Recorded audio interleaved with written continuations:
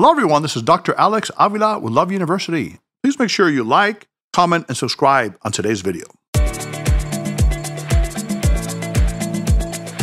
Hello, everyone. This is Dr. Alex Avila with Love University. And we're back. I'm an author, psychologist, and speaker. Every week, we talk about how to love ourselves, others, and a higher nature, how to improve our finances, career, health, relationships, and spirituality. And today, we have a very distinguished guest.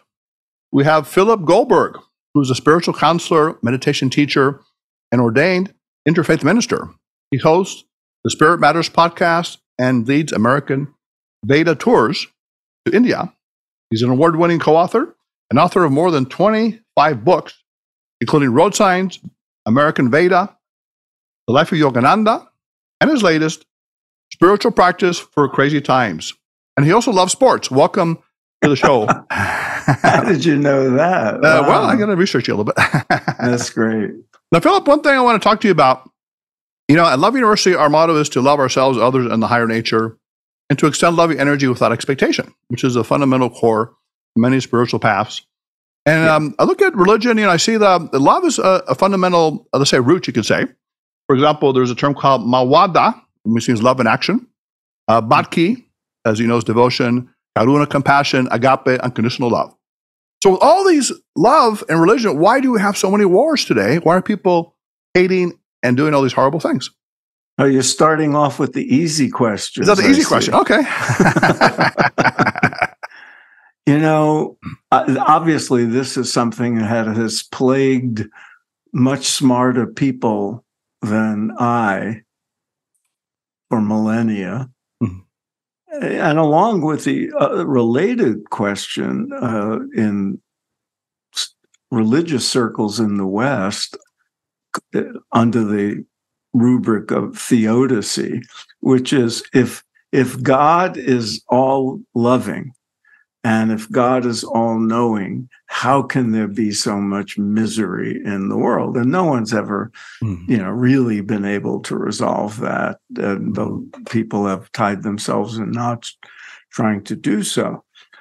But to me, it comes down to human beings are imperfect people, and if you or imperfect beings, if you accept that, as I tend to, we're born into human form to learn and to grow and to evolve, then by definition, we have work to do on ourselves. Yes. And as long as people are mired in ignorance and limited capacity for consciousness, and even more important, limited capacity for compassion and empathy and love, they're going to be self-centered, they're going to be greedy, they're going to restrict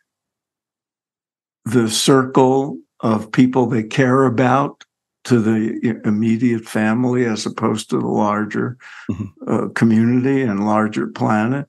And that's what happens all the time. And when you look at what's going on in the world every day, it seems it's just that your question just keeps coming up. It's not just wars. It's, we're recording this on October 26th, right, and all over the news is another mass shooting. Yes, of course.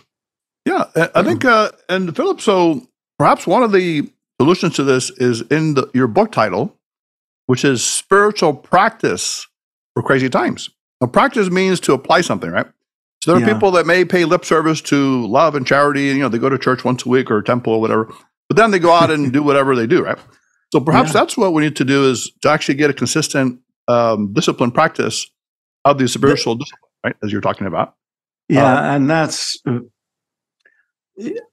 I've been on a spiritual search since the late 1960s, when it all kicked in for me. Yes. And I've learned a lot. But right from the beginning, one of the things that became evident to me is what you just said. I often call myself a pragmatic mystic. Yes. I believe the importance of direct spiritual experience of the kind that actually transforms you or helps you evolve into being a better and bigger person. Yes. And gives you direct experience of something beyond yourself that we call sacred or divine. Yes. And for that, the spiritual traditions have developed methods, and the methods work. Some work better than others. Some are more suitable to some personalities than they are to others. But there's, when I first started on this path, methods were just coming into in America more easily, becoming more easily available.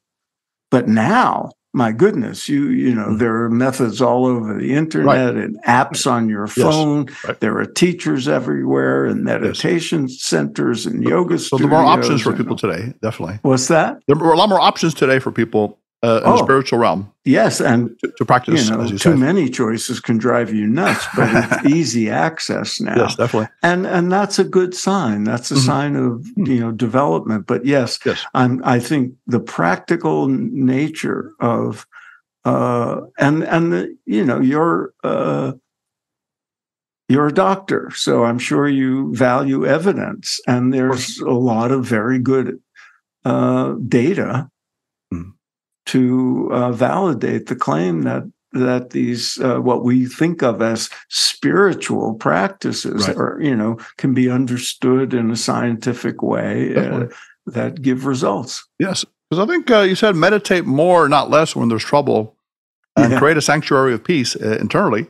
And the other thing is very interesting. Now you go deeply into the Hinduism, Vedanta, Eastern approach. You call it the spiritual two-step. And you quote one of the scriptures in the Hindu religion that says, perform action, establishing yoga, perform action. Yes. And I think what you're saying is first calm yourself and then unite with the divine and then take action. Yes. As opposed to just rush it into doing something that you think is good. And why is that important, the two-step? Yes. And I would say, yes, that quote comes from the Bhagavad Gita. It's been a guiding maxim in my life for over 50 years, and summarizes how I think we can live the best lives. But that comes from that tradition. But you'll find parallels in different language expressed different ways in all the world's traditions. If you look in the right places, especially in the less, if you get away from the dogma and the doctrines and look at the practical teachings, they'll all say, you hear Christians and Jews and Muslims always saying, pray first, or whatever it is. Right. Seek ye first the kingdom of God and all that. So it's has a universal quality to it. But essentially what it means is, on an immediate level, center yourself.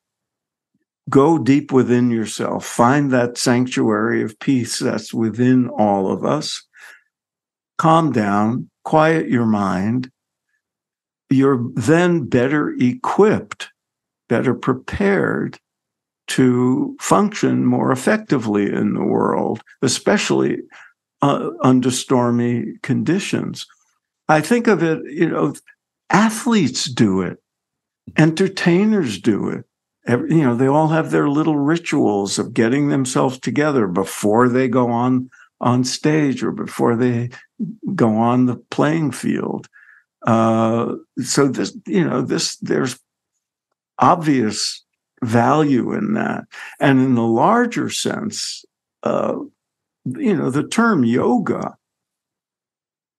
doesn't mean, stretching and bending only, as it's come to be understood here, for many people.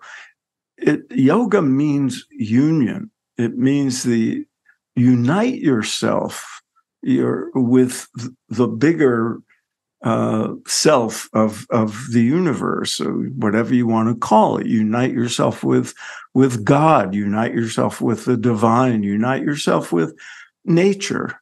However you understand that which is a higher form of intelligence and a higher form of energy, and a bigger something to connect with. Yes, definitely. Because then you are bringing more of your resources. One of the spiritual teachers I studied with would say it's like going to the bank before we would say now, going to the ATM before you go to the marketplace, so you have resources to spend. Yes, that makes a lot of sense. And a lot of what you talk about is this process of meditation, which is described as transcending thinking, a direct route to a higher nature, the divine, silent gap. And you use the word turiya, which you talk about the fourth consciousness. So we know there's awake, sleep, and dream. Also, I would maybe add lucid dreaming as a possible variation, where you actually are aware and awake in your dreams. In turiya, you're talking about that space between thoughts. So apparently you're sitting there, and then you kind of go into this place where there's no thoughts. And it says a place of joy, kingdom of God, perhaps they call it, palace of nowhere. The different traditions talk about it differently. Even Mahali, you've heard of his work with flow, talks about losing self-consciousness. When you're in the runner's high, right? You're running and then you lose track of time and space, and being there's in joy. The flow, being in the flow, that kind of stuff. So it's very interesting, though. How does that work? How do you get into turiya just by sitting there for 15 minutes with your eyes closed? Well, imagining something. I love that you've done your homework and you're asking really good questions. One of the most common misconceptions about meditation, I've been dealing with it for 50 years with people who hear meditation is good. They read an article in a magazine or something. Right. And then they say, well, I can't do it because I can't quiet my mind. Right. The monkey and the mind, they call it. The chattering monkey mind. Right. And so, but that's a misconception. Meditation does not require, well, let me back up a second. There are many forms of meditation, but the ones that seem to work best are the ones that require very little effort, or no effort, and no mind control. You can't stop the mind from thinking with effort, because that itself is a form of thinking and agitation. Here's how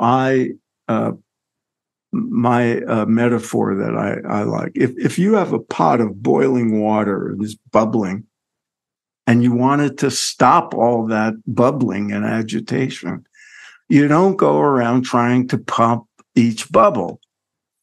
You lower the flame, and it, by its own nature, naturally settles down. That's a good form of meditation will do that. Now, to get back to turiya, turiya means fourth. And it was given that name in Sanskrit by the yogis because that silent mind, no thought, is a different state. They consider it a different state of consciousness than the three we normally rotate through: being awake, like you and I are now, dreaming, and being in deep sleep. There's a different relationship of the mind or the consciousness to the objects of perception. So right now, we're engaged through the senses and the mind. In deep sleep, there's no consciousness, but you're not awake. In dreaming, there's consciousness of stuff, but it's all illusory. Turiya is you're awake inside, you're conscious, but there's no objects, nothing's going on, just pure silence and that contentment and peace that comes with that. So people look for that, and it's very valuable to cultivate.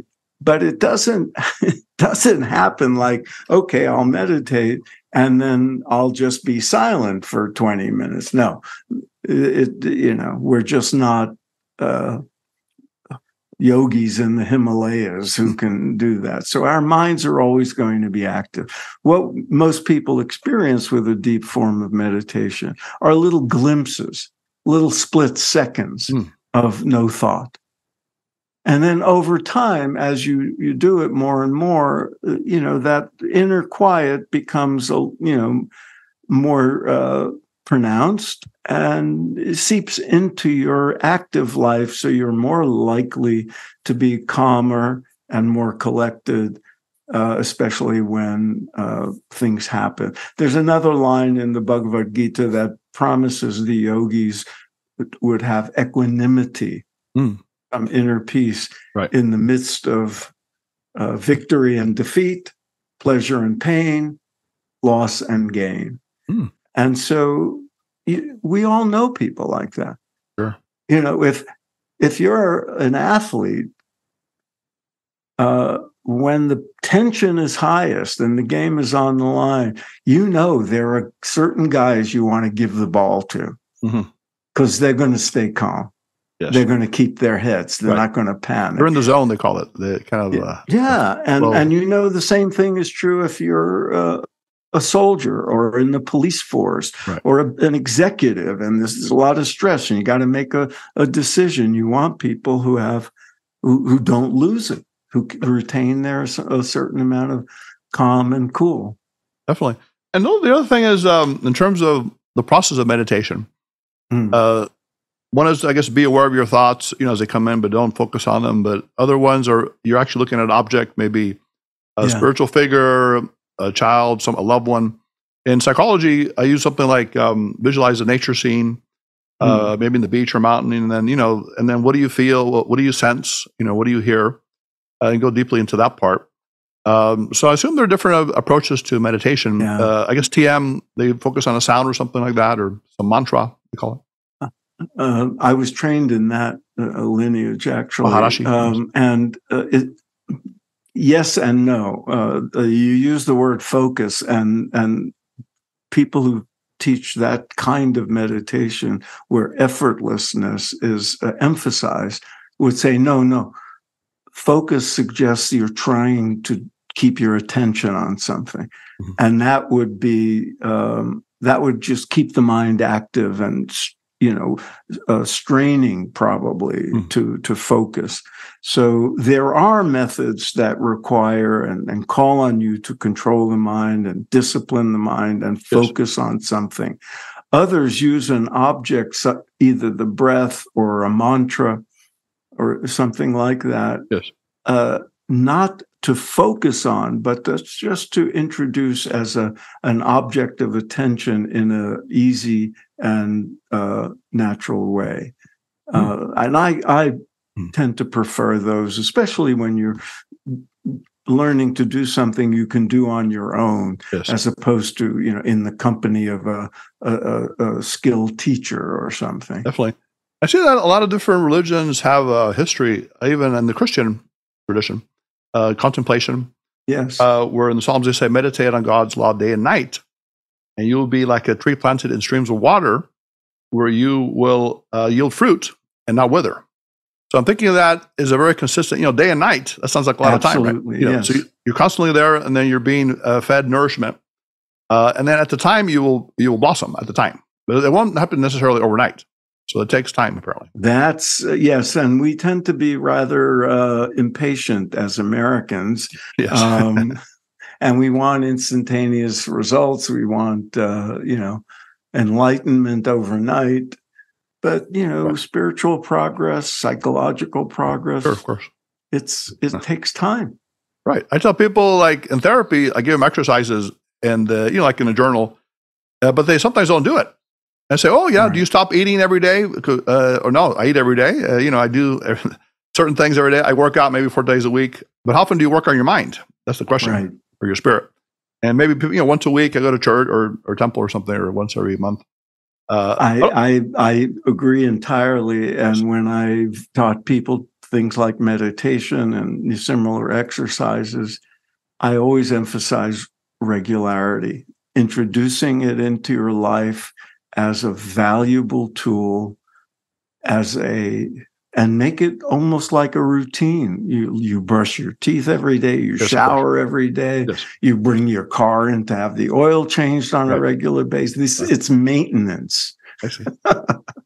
And so, if you don't brush your teeth, you're going to have bad breath, right? So you're going to have a bad mind if you don't brush your mind. Right? And in my experience, when people take that seriously, even and I would say, look, you commit to doing it regularly for a while. You don't have to commit for the rest of your life, but just do it for a while just to see if it works for you. Not one day or, once a week, but to do it every day for a few months and see if it works as an experiment. It's a lab assignment. Yes, that's pressure. See if it works. And if they do that, then they see something works and has value.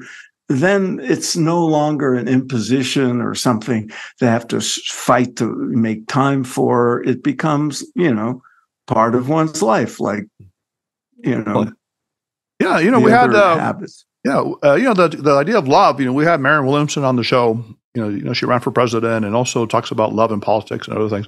So if you could bring love into the meditation, which I think they're doing with loving kindness meditation, LKM. They've done studies with positive psychology that you basically you give love to yourself, your loved ones. You imagine them, and then you give it to the community. Yes. And Tonglen, right? Tonglen is exchanging compassion for people suffering. And that actually helps you quite a bit too, as well as other people. Absolutely right. And those are other forms of meditative practices that have a certain intent. And I find them not incompatible. The kind of non-content meditations that settle the mind, quiet the body, and doing something like loving kindness meditation afterward, or prayer if if that's your thing, worshipful things, sacred rituals, doing them after meditation or even before, they're good combinations. In other words, you quiet the mind, then you do something with intent, from that platform. But you're right, and there's a lot of data on this. The two you mentioned are traditional Buddhist practices, but think of them in a secular context, and that's good mental health. Definitely, and you become a better person. Right? Yeah, extending the loving energy without expectation, which is the key. Because often we want people to like us, and you smile at someone, you want them to smile back. Maybe they don't. So I talk about being like the sun. The sun shines on everybody, rich and poor, young and old, attractive, not so attractive. And if someone covers up, the sun doesn't get mad, right? Oh, they don't like me. The sun just keeps shining. So that's my. And so I really love your book. So this book here, the Spiritual Times, Practice for Crazy Times. You have a lot of the other good advice. You say lighten up because angels fly when they don't take this. Well, they take themselves lightly. I think you said. I was quoting a great writer who said that angels fly because what is it? Because they take themselves lightly. So in other words, they don't really get too worried about it. Right. I mean, we have to take our lives seriously, but at the same time, have a little distance and realize we're works in progress and cut ourselves some breaks, allow ourselves to make mistakes and, do stupid things. Right. And have a little sense of humor about it. We're characters in a serious drama, but it's also a sitcom. Remember, for what I read, a lot of these elevated monk-like figures have a great sense of humor. I think they laugh a lot, right? They really. I discovered that. I don't know if you have either, but I've met a lot of spiritual teachers, monks, swamis, Buddhist masters, people like that, priests and ministers, and all, of course. they take life seriously, but they're lighthearted at the same time. And often, it's funny when you're around them, you find often their followers are often so earnest and so serious. Oh, no. But the teachers themselves, the leaders themselves, they just love to have a good laugh and make silly jokes. And, Right, exactly. I like that. So I'm the same way. I think, humor is very important. Now, you also talk about stuff that's kind of psychological. So I know you mentioned off camera you had a little bit of a psychology background.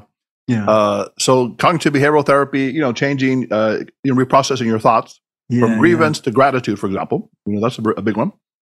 You talk about spiritual buddies. So we know the importance of social support psychologically for depression. Are there a lot of data? A lot of data, yeah. It's one of the best buffers against depression and suicide. As you get older and stuff like that, and we're having a loneliness epidemic at the moment. Yeah, because of the technology. I mean, it helps and hurts, right? Obviously we can talk, which is nice. And by the way, I don't know. You said East Coast time, but you live in California. Are you in East Coast? No. I'm in Massachusetts. Right now you are. Oh, okay. I lived in California for 40 years, so you're probably looking at something a little out of date. You recently moved to Massachusetts? A year and a half ago, yeah. Like the cold weather, or you just like the... Well, it must be New England, because I can see the leaves are orange and yellow now. Well, it's beautiful. The changes are kind of cool, right? Yeah. And where are you? Well, California, Orange County, yeah. And also you mentioned sacred shelters, either going to nature or maybe your house, make your house beautiful in a spiritual way. But you also mentioned something that's going to make a lot of people mad, the millennials and others. You said, hide your remote and your devices. Well, I don't mean to sound like a Luddite. I am not against. What's a Luddite? Is that like a strict person? Luddite is somebody who does not like technology. Oh, I see. Okay. Gadgets. Sure. No, I look, we're talking on Zoom. I have this microphone in front of me. I have a podcast. Yes. I keep in touch with, friends. I'm online all the time, reading newspapers and going on Facebook. But does it overstimulate our minds? So, there's a moment. It's, even before the internet and even before smartphones, parents were worried about kids watching TV too much. True. And when I was a kid, they thought I listened to the radio too much. So, go out and play. Right. No, but you just say from time to time, detach yourself from the remote, like you're saying. Yes. And, I know people who, every religion, every spiritual tradition has something like a Sabbath, a sacred Shabbat day, a Shabbat, and that the Jews would call it, Sabbath. And so it's different days for different traditions and all that sort of stuff. But they have times where you get away from worldly pursuits and everything and just, take time to nurture yourself, nurture your relationship with the divine, with your family. And that's of great value. I think there are data about that too, just unplugging. Yes. Take a little time. Definitely.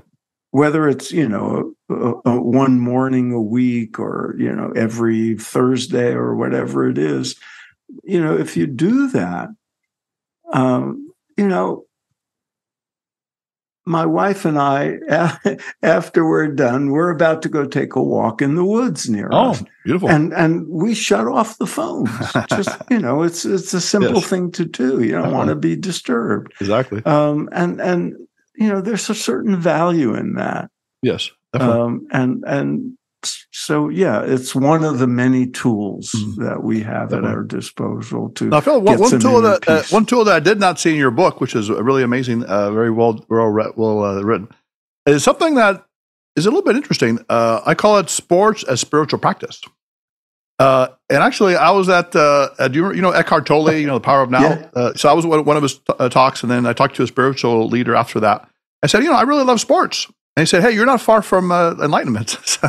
Because there's something about sports where you lose track of yourself, right? You have this kind of feeling that now, are you talking about playing or being a spectator? Either one, a spectator, for example, which most people do. I actually wrote an essay once about called "The Zen of Spectator Sports." Did you really? Okay. Yeah, and you're right. I could have. My book could have used some sports a new book idea techniques. Right. But what do you think? I mean, some people would argue that it's maybe idolatry, like you worship the athletes in a negative sense. Other people say, but it's a group spirit, right? People care about something beyond themselves. In a positive way, right? Where they can cheer as opposed to negative news. So which way do you see it? Well, depending on the person. I mean, you look at the shots of the fans when you're watching an important, especially an important game on television. Yes. There are lunatics who have so much invested in their team winning that it's life and death. It's like warfare. Yes. And other people are just bonding with one another, and they're with their families, and they're to engage in the collective energy, which can be wonderful. You're right. It's analogous to a religious festival or a church service or something. But the more one can enjoy the thing and have some kind of detachment from the outcome, then it becomes a spiritual practice. Not easy. I've been, at the spiritual game for over 50 years. Are you Boston Red Sox, or who's your thing? Well, I lived in LA for 40 years, and I grew up in Brooklyn, and so I have a attachment, you could say, to the Dodgers. But I also kind of adopted the Red Sox early in my life when I lived in New England, and now that I'm back in New England. But, if you can do that and care and get into it, but at the same time have enough inner peace and sense of detachment and perspective, so that regardless of the outcome, you can have a good time and elevate your life a bit. Right. And not, I mean, I know it's not always easy when you care. There are studies that show that when the home team wins or the school team wins, the population in that area, male and female, testosterone levels go up. Wow. And they're happier for a period of time, right? So. For a time, And there'll be more lovemaking that night, as opposed to, when you lose and you're depressed. Wow. So, but there's a certain joy. And, these days I watch on television, but being there, it's a beautiful thing, or I remember it as such anyway. Exactly. Now, Philip, you've written a lot of books. I mean, you're such a prolific author, co-author, and all this stuff. So this one here is one of the award-winning books, if I recall, American Veda, they say. And you talk about the coming in from the east. There it is. Oh, yes, right there. Okay. Coming in from the east. Strategically placed. Yeah, of course. Very nice. So, and then coming from the east, the Hinduism, the Vedanta. Yeah. You talk about the transcendentalists, Emerson, Thoreau, the gurus, Vivekananda. I think the other one is Yogananda.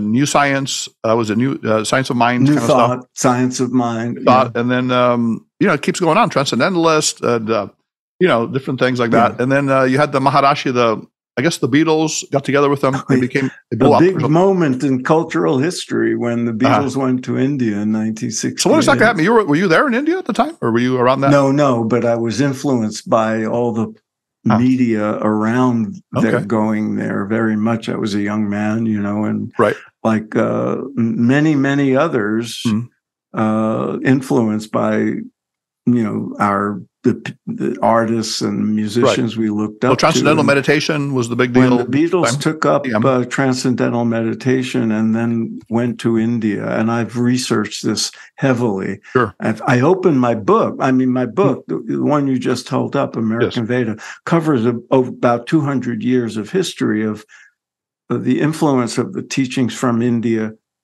in the West, especially America. Yes. And I opened the book with the Beatles going to India because it was a watershed moment. And, one of the reasons for it was, if you think about it, the Beatles were the most, famous people on the planet at the time, basically, other than, President Johnson or Nixon or whoever it was. And they were young and rich, and they could have gone anywhere. And they went to a small ashram in the foothills of the Himalayas with non-luxurious accommodations, I can assure you, to meditate and to retreat from, their hectic, crazy lives. Sure. And people took notice of that. People said, why? Why would they do that? Maybe there's something of value in this thing called meditation. Maybe the Indian traditions have something to teach us.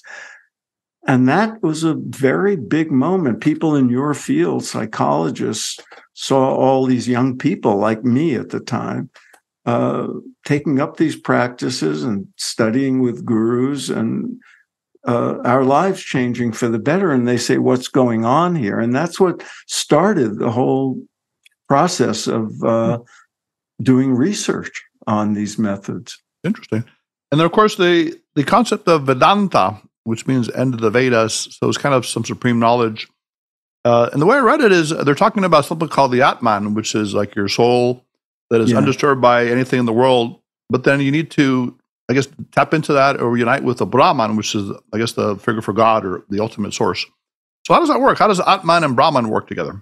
Oh, yeah. Well, that's a little subtlety of language, if nothing else. I mean, the core teachings of Vedanta philosophy, which is essentially the aspect of what we call Hinduism that was most easily exportable because very rational, very well thought through, and very non-sectarian. People from all religions and no religion have studied it. Scientists have, benefited from it. It's the insights of the ancient Indian yogis that inside us, at our deepest level, beyond what we identify with as our personalities and our bodies, there's an essence of self. They call it self with a capital S. Yes. And it's also, the Sanskrit is Atman. And that's what we are. That's our core nature. Is it Atman or Atman? Atman, A-T-M-A-N, usually. Okay. Atman. And then they'll take it a step further and say, yes, it's not only your essential nature, this infinite, eternal being, it's everyone's core self. It's the self of all the selves. And that, the universal, eternal essence of existence, they call Brahman. So the ultimate insight is that Atman, my inner being, is also Brahman. They're one and the same. Interconnected to it's a philosophy or insights into the oneness of everything, as opposed to the oneness that underlies and pervades all the obvious diversity and multiplicity of things. You're Dr. Avila, I'm Phil, but our essence is the same. And when you mentioned loving kindness and Tonglen, you're tapping into that. When you're tapping into the interconnectedness and the oneness among us. And of course, if people really embrace that and really realize oneness, they wouldn't hurt others because it would be hurting themselves. And, the wars and all that stuff would probably end, and all the need for all this stuff. Yes. If you can see, the love, like we call it empathy in psychology, right? If you put yourself in someone's shoes, you're not going to step on their shoes, right? Because you're the shoe as well. you're right. But and it early on when that very first question you asked about why there's wars and everything. That's a fundamental one. If our nature is love and compassion and oneness, because we're ignorant of this. But one of the things you see when people come into gradually becoming more aware of this interconnectedness and our oneness, which, science now is, verifying with every new discovery how interconnected everything is. I interviewed a scientist, a science educator on my podcast recently who was saying, you can use science as a spiritual practice, as spiritual teachings, because when you look at what science has discovered, you realize that it's verifiable, that every action you take has an influence that reverberates through the universe and eventually will, touch the sun and the moon and the other galaxies. Is that called karma, or is that a different way? Well, you could say that, but, in science, it's just, the nature of the quantum reality. Cause and effect. This is true. And so you realize there's connectedness so when you're constrained and selfish and your awareness is limited and, tight, your circle of concern begins with yourself, me, my individuality. But if you have a family, it extends to your spouse and your kids and your brothers and all that. But it doesn't go much further than that. Maybe it goes to your neighborhood or your tribe. But as you realize the oneness, your circle of concern expands, and you're not, the compassion that even awful, horrible human beings have compassion for their children and, compassion for their. Sure. You're talking about enlarging your circle of loving energy or compassion. Exactly. Larger. And it's an extension. Yes, and it enlarges like concentric circles. Right. And then see the benefit for you and your family as well, that you are enlarging to others. Exactly. That's true. Now, you've studied a lot with, or I guess interviewed, different enlightened people, spiritual gurus, Maharashi. I think you've. I'll leave the whether they're enlightened to. Oh, okay. All right. Okay. Well, at least people that are known in this field. Deepak Chopra, I think Sadhguru, you've worked with him? Yes, I interviewed him a few times. Yes. Yeah. Is there any thing they've told you, or is there one message that reverberates in your mind from any of these people? Oh, man. Well, depending on the context, I'll often remember, an experience or an anecdote. But you talked about earlier about we talked about the impatience people have for their own development and all that. And I forget which guru it was. Actually, probably better not to name them in case I'm wrong.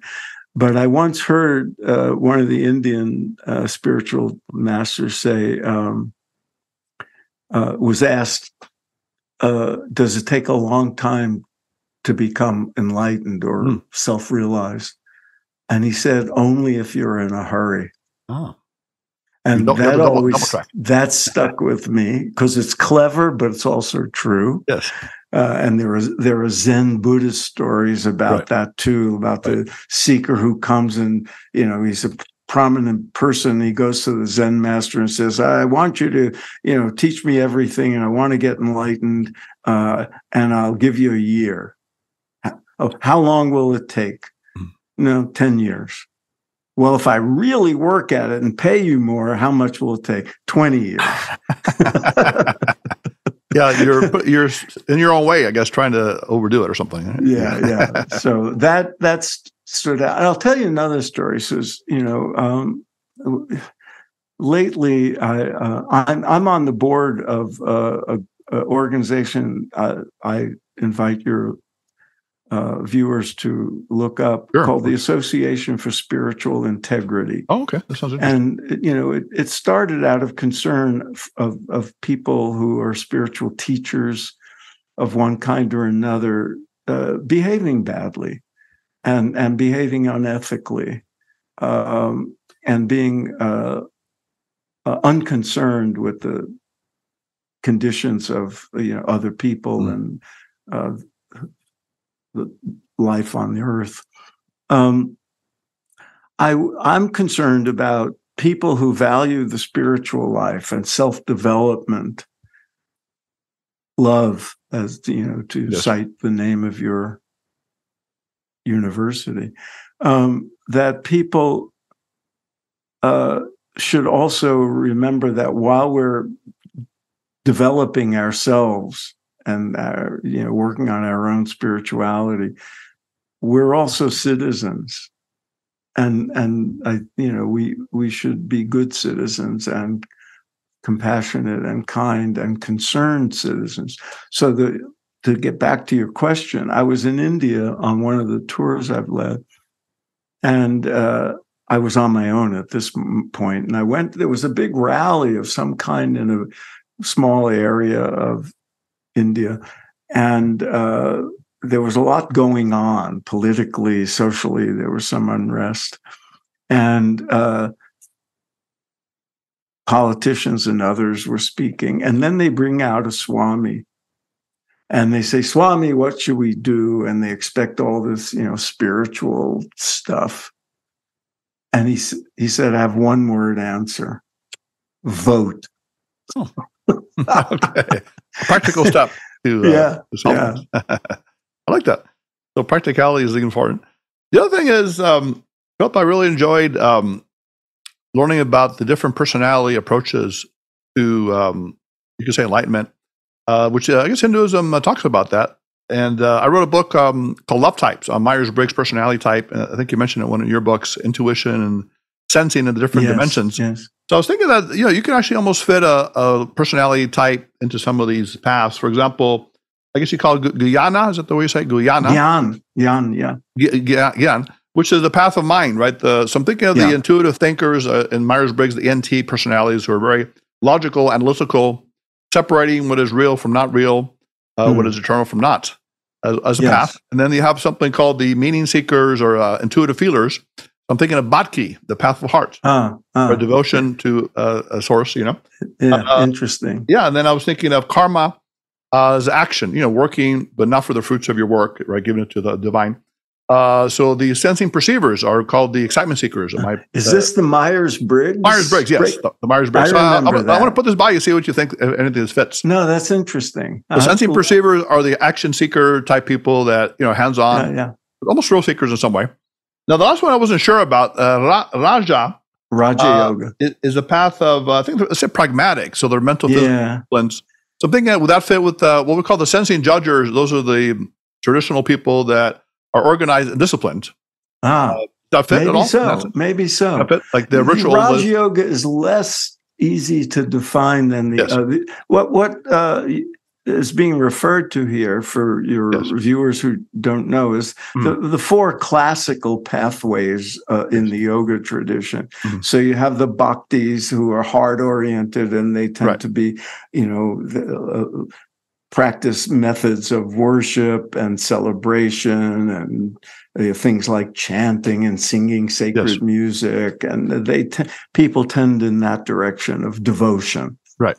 And then there's the Gyan path, that's bhakti, and the Gyan path is more mind-oriented. So there's study of teachings and study of scripture and learning to discern the true from the not true and all that. And then there's the path of karma yoga, which is selfless service, action in the world for the good of others without attachment, blah, blah, blah. All of them have in common that they take you beyond yourself. And they have also in common the fact that, they're not exclusive paths. Most, people who are serious about their spiritual lives do all of these things to one, but there's we're inclined in more in one direction than another. Raja Yoga has been called the path of meditation, but if you look at it, karma yogis, bhaktas, they all meditate. So it's not an exclusive thing, but it just tends, the people who are more practically oriented will be more method driven. I'm looking for another method. Yes. I'm going to learn yoga postures for my body. I'm going to learn this form of meditation, that form of breathing exercise. And so it's... Now, Philip, I would say I'm a Bhatki. I've been to the loving. Yes. Now, I'm curious about you. What is your path and or Myers-Briggs type? Can you tell me? I forget my Myers-Briggs type. It's been a long time. Are you a thinker or a feeler, would you say? I'm very much a thinker. Okay, good. But, we all have...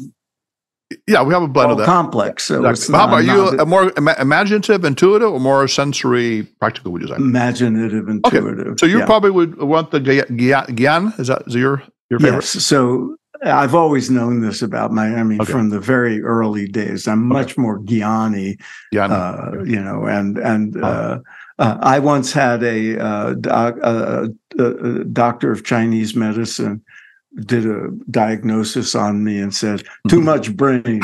Well, you seem like a loving guy in a certain way. Have you learned how to be loving? I have evolved. So, but now we're talking about spiritual orientation. So I've been very mind oriented. I read, I study, I think. Analyze and all that logical. But, we're all complex people. Right. So, you find action oriented people who are deep feeling people. Otherwise, they couldn't do the action in the world. Right.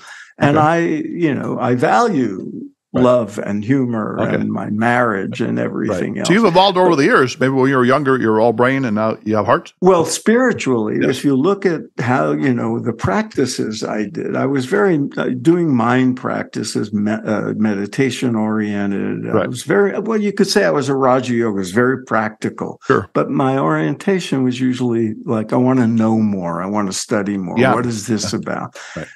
In the last 10 years or so, I find myself drawn to practices and experiences that I wasn't prior, maybe even 20 years by now.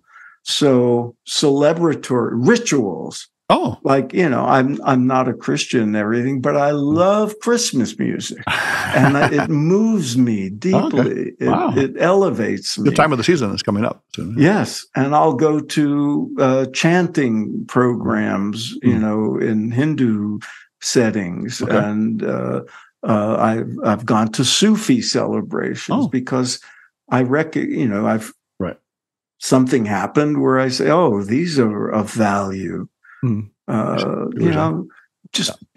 in the woods, looking at beauty and nature, that's a devotional practice if you bring your full heart to it. Right. So you're Thoreau, the modern Thoreau, right? On Waldo's Pond. He's one of my heroes, yes. Exactly. I'm about an hour's drive from there. Okay. Now, Philip, I started with, as you could say, a hard question. So I'm going to end with some hard questions based on okay. We're called the paradoxes. Okay. So I'm going to ask you some paradoxical questions. I want you to tell me the right answer. Are you ready? Okay. Okay. All right. So in the spiritual path, there are different approaches, like maybe, paradoxical. One is I am my own guide. Okay. I am somebody. I have what psychology calls self-efficacy. I can get results. I can accomplish things. Or I'm really nobody in the spiritual context. I need to let go and let God cast that burden upon the Lord, kind of thing. So I need God, and I can't do it myself. So which one is it? Am I my own, guide, or is it God? Both. I mean, that's the nature of paradox. And, as you said, that my book, Road Signs, is about the paradoxes of the path. And, life is paradoxical. Okay. So we are on our own. The buck stops with us. At the same time, we need companions. We need guides. We need teachers. We turn to people who know stuff we don't know. But eventually, it comes down to us. But it's both. It's both. Okay. I'm in a marriage. We're all in families. Sure. We're individual. We make our own decision. But we're tied to others at the same time. And so, yes, we have to take responsibility and exercise agency and free will and all that. And at the same time, as they say in wherever, let go and let God. Okay, interesting. All right, okay. You got that one easy. Okay, another one, maybe a little more of a challenge. Okay, do we do what's called romantic love, or we do what's called brahmacharya, which is celibacy, sexual transmutation, using sexual activity for other things? So do we become celibate monks for the spiritual path, or do we engage in romance, sex, and love?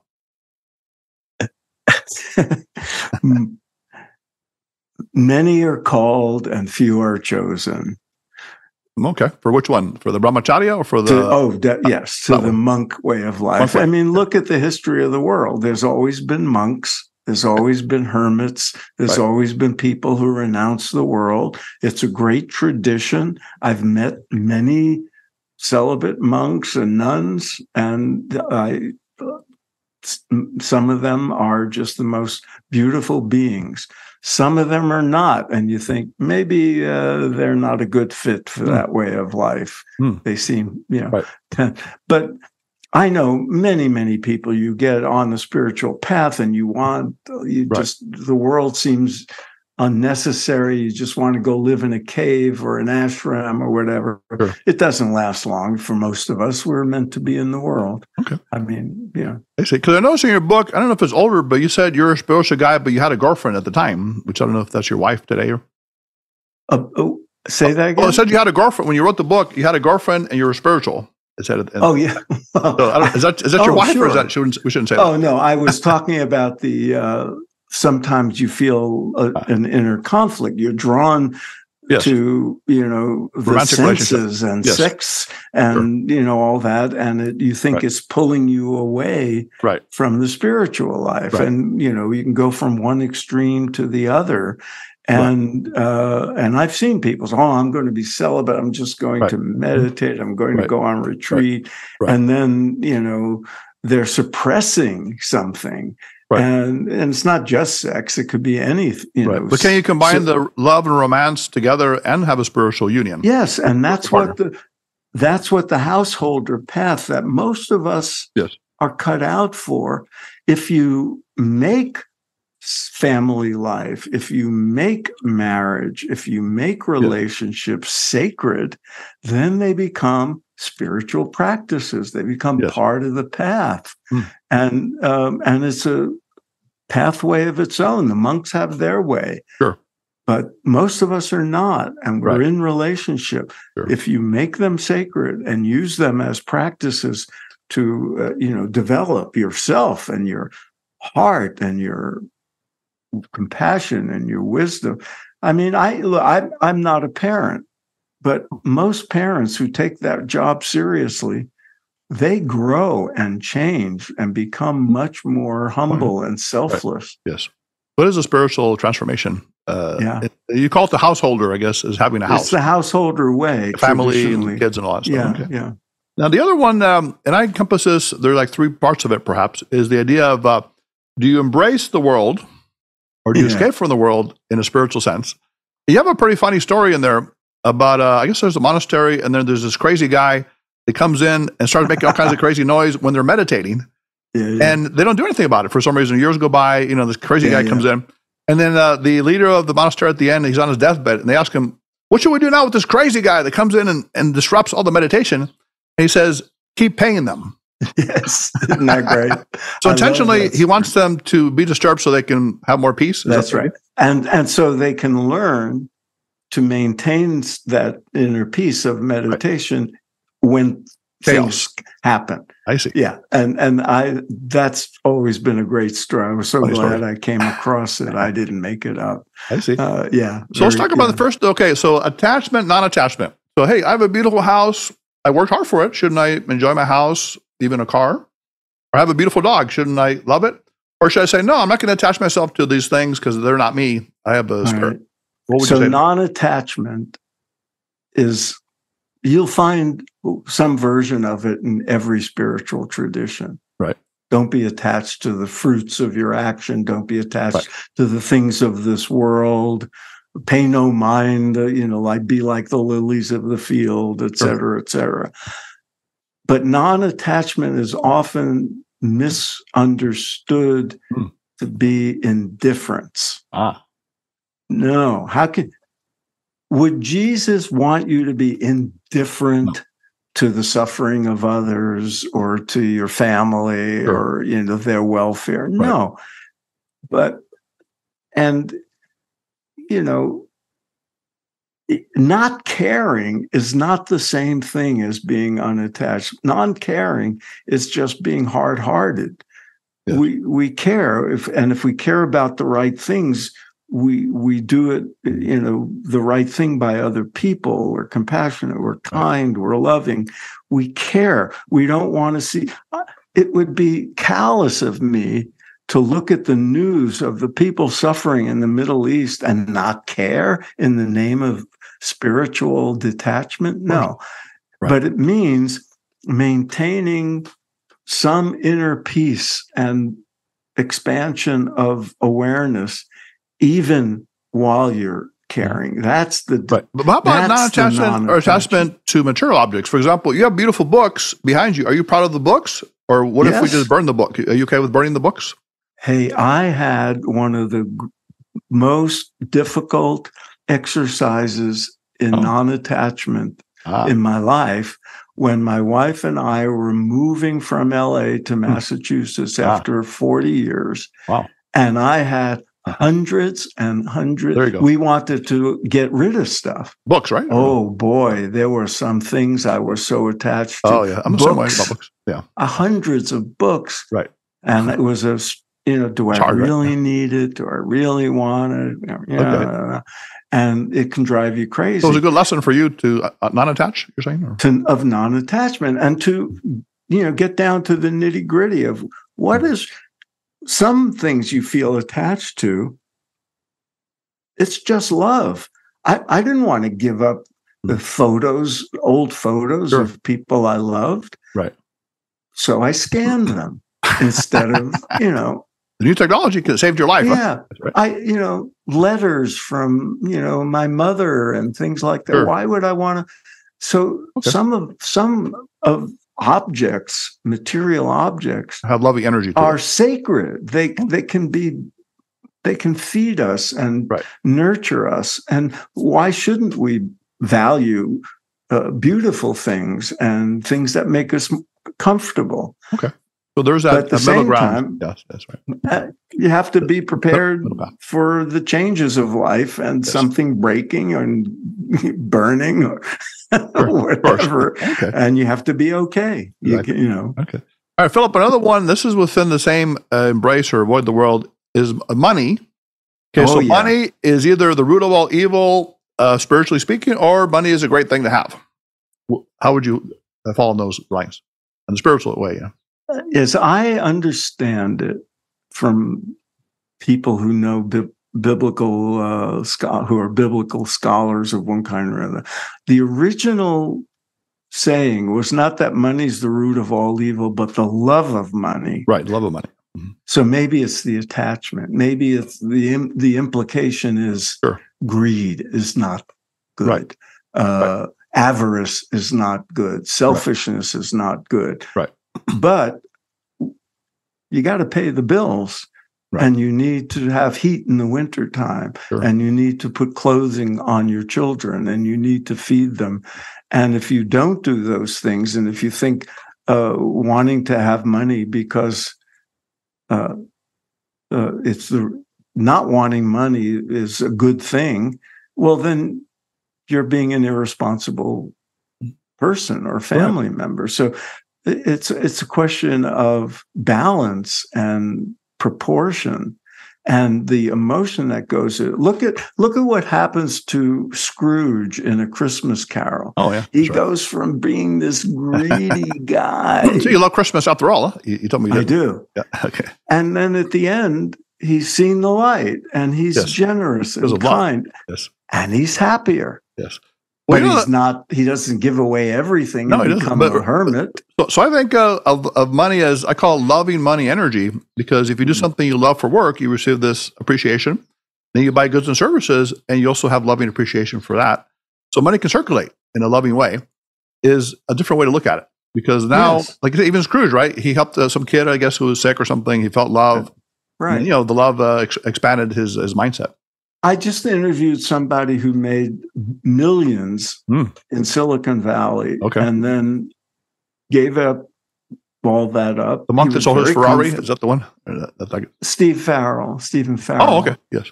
And he started, nonprofit institutes for helping people grow spiritually and all that sort of stuff. So, and I'm sure he's living very well.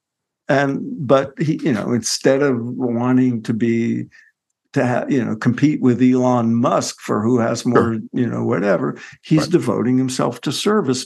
Yeah. Well, and that's a great example, because if you don't have money, you can't do as much for other people. So it could be an instrument for loving productivity. Yeah. And of course, the last one here, and this is kind of summarizes everything in the Eastern approach, is desire or destroy desire. And of course, the Buddha was saying, desire brings suffering, because either you get it and then you get too much of it, or you get rid of it, or you don't get enough. You're touching on all of the nuances here. Right. Desire is an interesting one, because if you look in some of the sacred texts of the East, it'll say the enlightened person, the great yogi, is beyond desire. So people will interpret that as saying, "Oh, I shouldn't desire anything."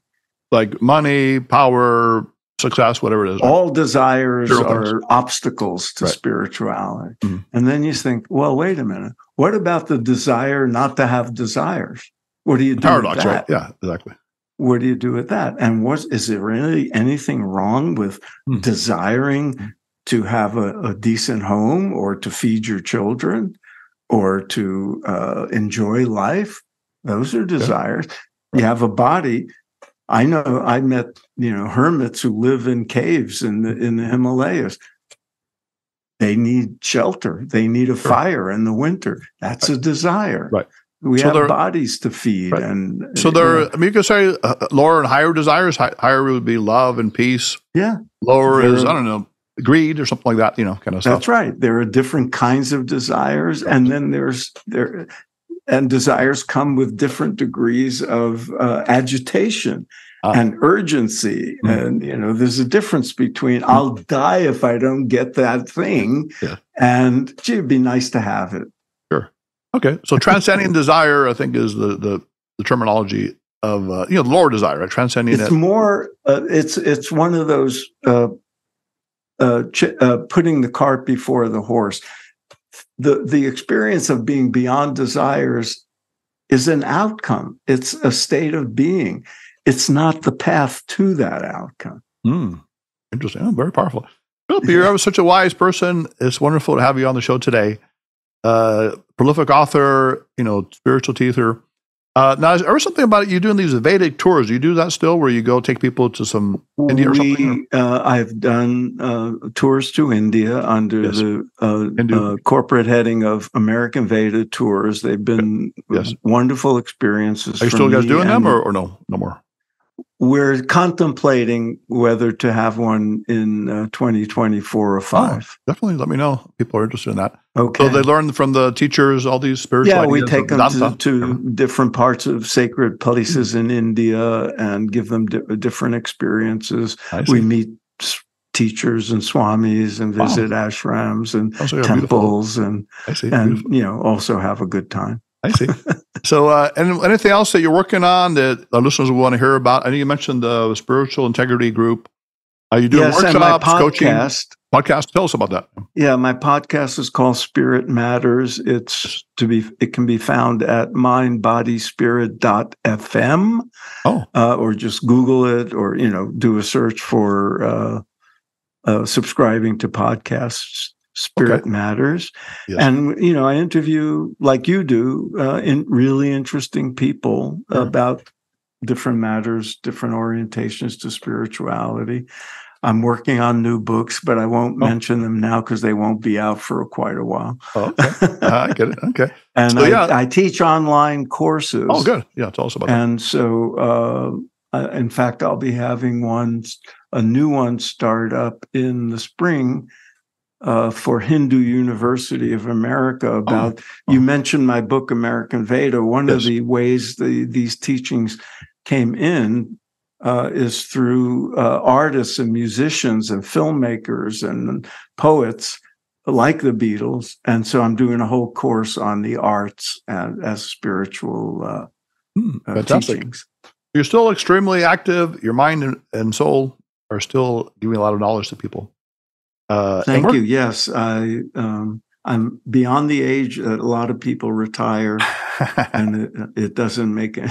I seem to be busy. Well, spiritual retirement is the idea that you're still kind of mentally, but you're still working, right? I mean, you're still. I'm very busy. And you give the fruits to the higher nature. Do you do the karma? What do they call it? The path where karma you don't work, yoga. You mean? Yeah, you don't work for the fruits yourself. You give it to. I work. That's a work in progress. Oh, you're still working on that? I'm still imperfect enough to take pride and want to get paid.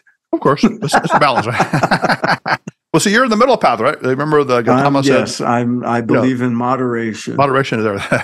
And what's your website, Philip, to get you on board? PhilipGoldberg.com. Goldberg.com.